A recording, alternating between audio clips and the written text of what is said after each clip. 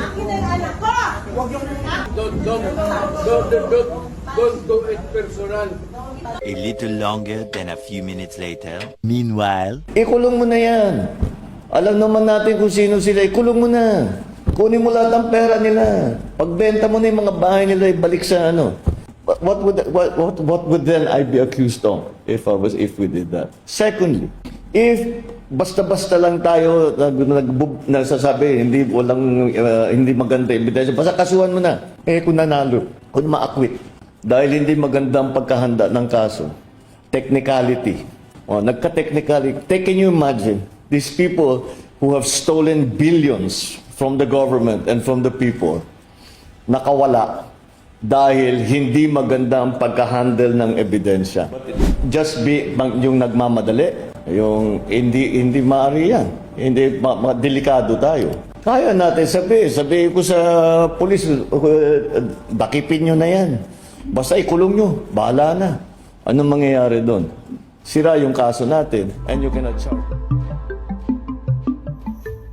Hi. Sir, various labor groups and business groups expressed your disappointment for slow progress of our fight against corruption. Yeah. How satisfied are you with the performance of the ICI? And do you think we need the Independent People's Commission under the Senate Bill 1215 proposed by, I think it was Senator Tito Soto? All right. We have to remind people that we have now moved from the political arena to the legal one. And the legal arena has very strictly defined procedures. I get messages all day, every day. Ikulong mo na yan. Alam naman natin kung sino sila. Ikulong mo na. Kunin mo lahat ng pera nila. Pagbenta mo na yung mga bahay nila, ibalik sa ano. What would then I be accused of if we did that? Secondly, if basta-basta lang tayo nagsasabi hindi maganda ebidensya, basta kasuhan mo na. Kung nanalo, kung maakwit, dahil hindi maganda ang pagkahanda ng kaso, technicality. Nagka-technicality. Can you imagine these people who have stolen billions from the government and from the people, nakawala dahil hindi maganda ang pagka-handle ng ebidensya? That would be much worse result. So, due process must be observed. We must make sure na alam naman talaga natin kung sino sila. Kaya tiyakin natin na makukulong talaga sila. At ang kanilang mga ninakaw ay ibalik sa gobyerno, ibalik sa tao. But just be yung nagmamadali, yung hindi maaari yan. Hindi delikado tayo. Kaya natin sabihin ko sa pulis, dakipin nyo na yan. Basta ikulong nyo, bahala na. Anong mangyayari doon? Sira yung kaso natin and you cannot charge them. Again, there is that principle of double jeopardy in the law. So, what is more important? That we just file cases. Basta sige lang. Remember, nobody has gone to court yet. There's no conviction yet. And the court, marami pang, what is the process? Pagka binigyan yung may complainant sa ombudsman, sa DOJ, may preliminary investigation pa. Magbubuo ng investigasyon. Kailangan matibay-tibay yung ebidensya. Kasi kung hindi matibay yung ebidensya, makakawala yung, maakwit yun. Kaya tiyakin natin na matibay yung ebidensya. Hindi madaling gawin yun. Dahil yung iba, yung mga witness, yung ating mga resource person, hindi nagsasabi ng totoo, may mga tinatago, etc., etc. Kailangan ma-extract yun sa kanila, yung impormasyon na yun. Para gawing ebidensya, para madala sa kung saan man, sa sandigan, sa ombudsman, eto na yung kaso.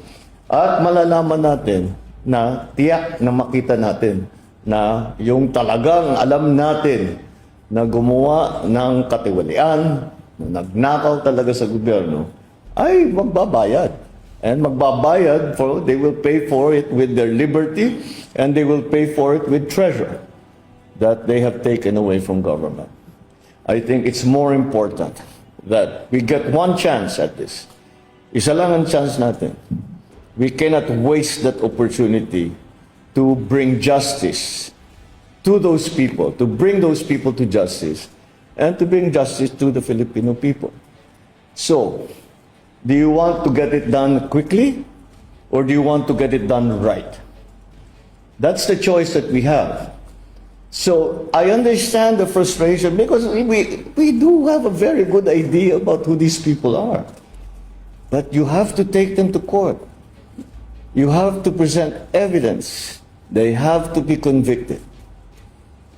And as I'm sure anyone who has been involved in any kind of legal proceeding, we are all very frustrated, especially non-lawyers, are very frustrated by how long it takes. Ang sagot naman ng mga abogado sa atin is that may kasabihan sa kanila, the law grinds very slowly, but it grinds very well. So we're counting on that. Sir, just a quick follow-up. What do you think of the plans of ICI? The wheels of justice grind slowly, but they grind very well. Yeah. So what do you think of the plan of ICI to live stream their investigation? How will it affect the credibility of the process? I don't think it has an effect on the credibility of the process. I think it's a practical matter, really, because if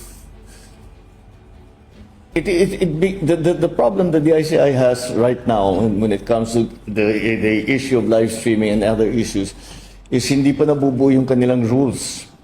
So they still have to finalize those so that we have a clear understanding of what is the best way to proceed.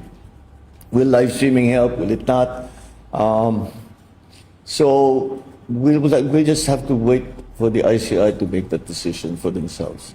I have an opinion, of course, but talagang ang gusto kong makita ng tao, hindi ako nakikialam, the executive, the government, hindi nakikialam dyan. We provide them a budget and we allow them to run everything the way they want, to hire the people that they want, and yung mga substantial matters ay nasa sa kanila yon. Kaya talagang rinirespeto namin yung unang I, independent Commission on Infrastructure. Let us make sure we are making sure that they are truly independent. So those decisions have to be left to them. Thank you, Mr. President. The next question from Christian.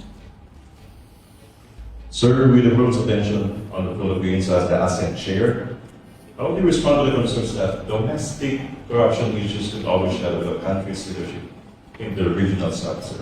We do not allow those local political issues of any member state to intrude into what we are trying to do. That's my experience so far. Hindi kami nakikialam sa ibang bansa. We talk about ASEAN, and whatever is happening in other